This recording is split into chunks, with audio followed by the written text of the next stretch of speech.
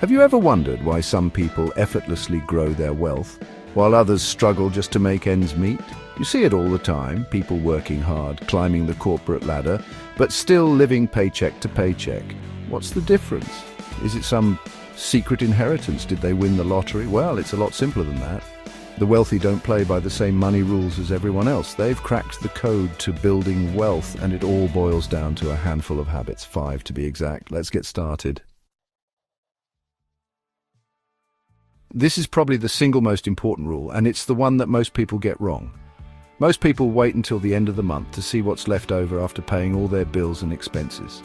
And if there's anything left, maybe they'll put a little bit into savings, but let's be real. How often is there actually anything left?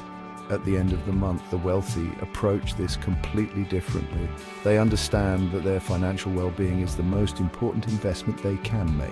So, instead of paying themselves last, they pay themselves first.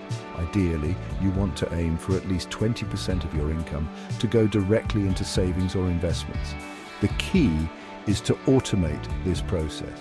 Set up an automatic transfer with your bank so that the moment your paycheck hits your account, 20% gets siphoned away into your savings or investment account before you even have a chance to spend it.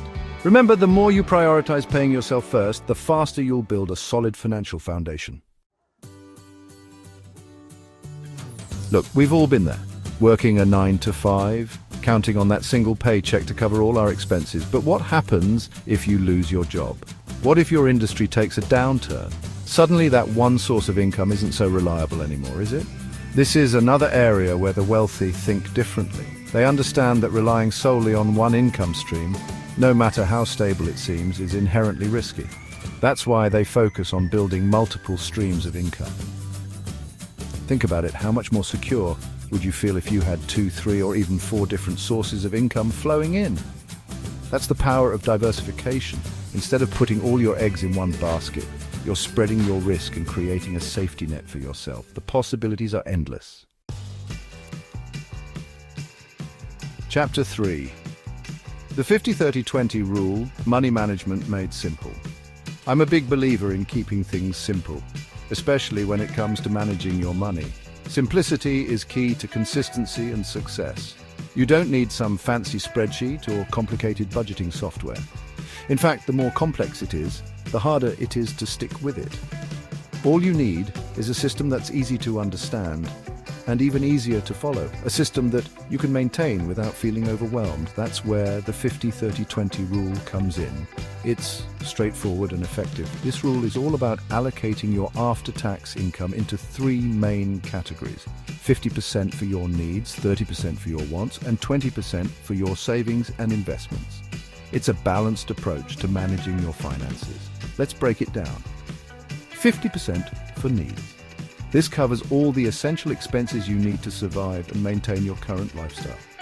These are your non-negotiables. This includes things like rent or mortgage payments, groceries, utilities, transportation, insurance, and any debt payments you might have. These are the basics that keep your life running smoothly. 30% for wants.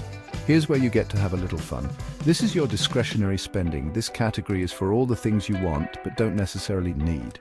It's about enjoying life and treating yourself. Think dining out, entertainment, shopping, hobbies, travel, all the things that bring you joy. It's important to have a balance between saving and enjoying your money. 20% for savings and investments. Remember how we talked about paying yourself first? This is crucial for your financial health. This is where that 20% comes in. It's about securing your future. This money is strictly for building your financial future. It's an investment in your long-term well-being. This includes things like your emergency fund, retirement savings, investments, and any other financial goals you might have. It's about being prepared for the unexpected and planning for the future. The beauty of this system is that it's flexible. You can adjust it to fit your unique financial situation. Start tracking your expenses using the 50-30-20 rule today. It's a simple yet powerful way to take control of your finances and achieve your financial goals. Chapter 4. Use debt wisely. Rich, use it to make money. Poor, use it to buy stuff. Now, I know what you're thinking. Debt, that's not exactly a rich person's game, is it? It seems counterintuitive, right? Well, here's the thing. Debt itself isn't inherently good or bad. It's a tool, and like any tool, its value depends on how you use it. It's all about how you use it.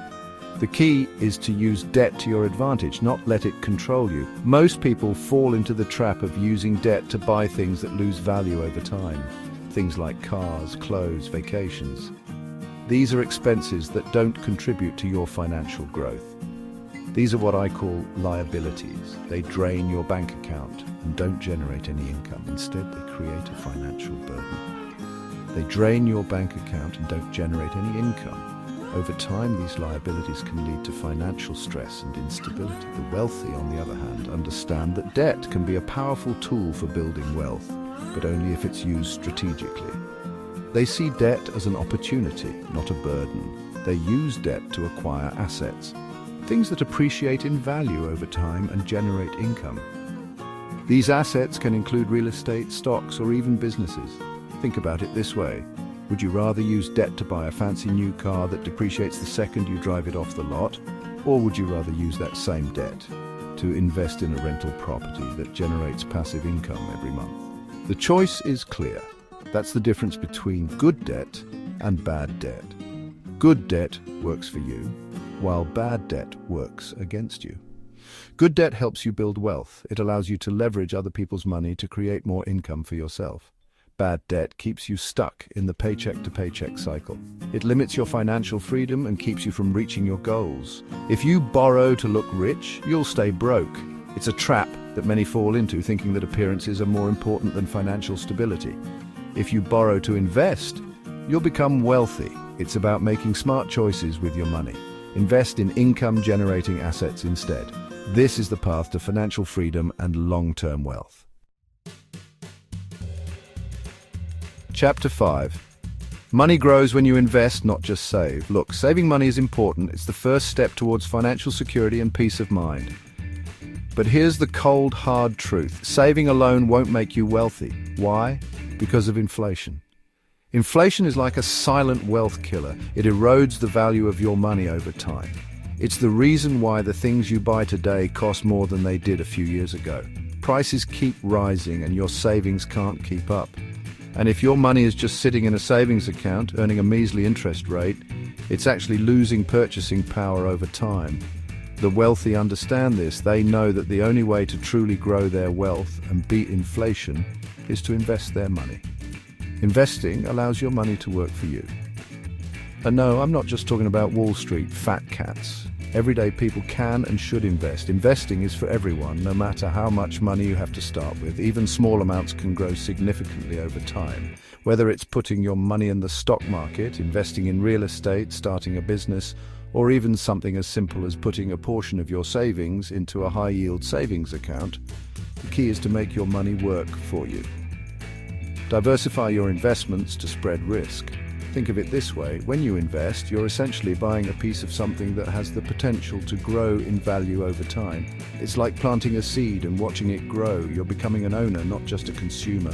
Ownership can lead to financial freedom. Most people think saving is enough. They believe that just putting money aside will secure their future. But here's the truth. Saving alone won't make you rich. You need to take that next step and start investing. Start investing today, even if it's a small amount.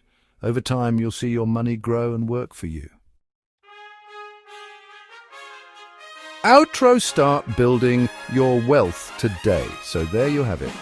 The 5 money rules that rich people swear by. Changing your financial habits takes time and effort, but trust me, it's worth it. The sooner you start implementing these rules into your own life, the sooner you'll start seeing the results. Remember, building wealth isn't about luck.